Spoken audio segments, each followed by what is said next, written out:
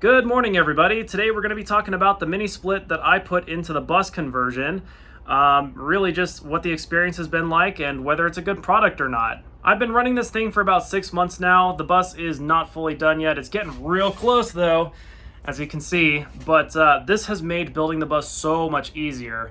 I installed this thing first thing because it was just starting to get into the summer months and I just wanted to work in the bus while it's nice and cool.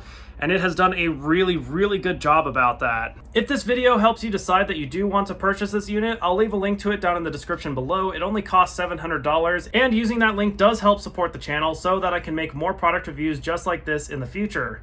So you can see the status of the bus right now. It is like half built, but only this section is insulated.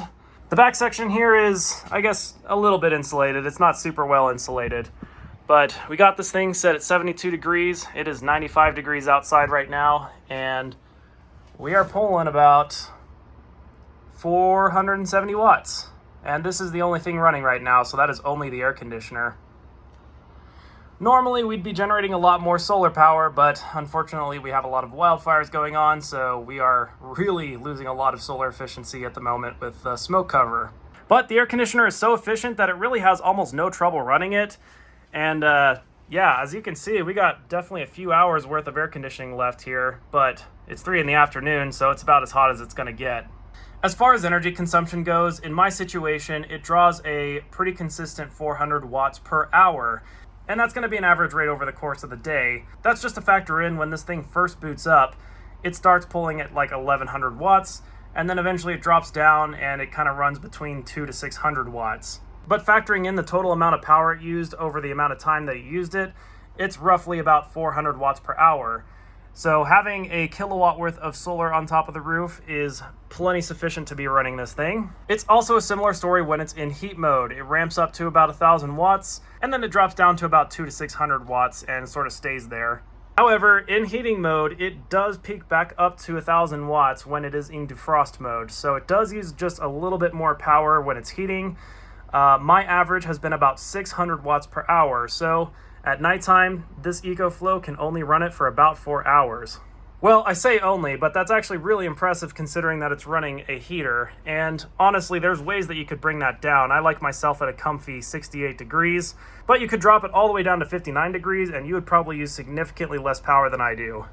So right now we are standing behind the bus. This is the outside unit, and I'm holding my phone a little bit away from my mouth, but you can hear that this thing is nearly silent. I'll stop talking for just a second so you can hear it.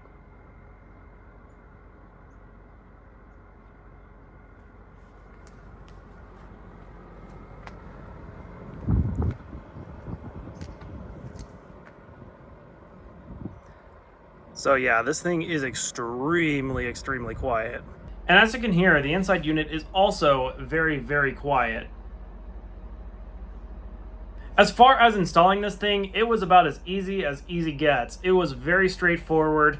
The instructions on this one were actually a lot more clear than the last mini split that I installed. They still weren't the most clear, but if you have any amount of mechanic or technical knowledge at all, it's going to be a pretty straightforward project for you. And as far as a vacuum pump goes, yes, you do need a vacuum pump for this job, unfortunately. I'll leave a link in the description below to the one that I use. It's a fairly cheap one that I got on Amazon.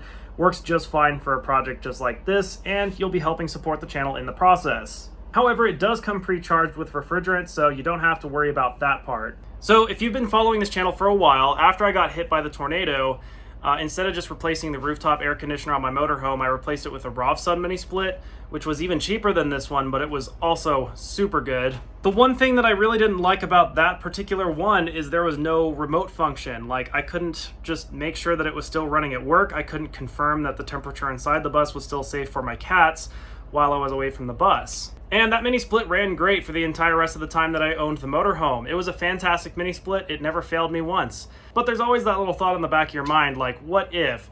Is it actually running right now? You know, it's 110 degrees outside. I would just like to make sure that it's actually running still. So with the bus build, I wanted to get an air conditioner unit that had an app built into it, and this one does.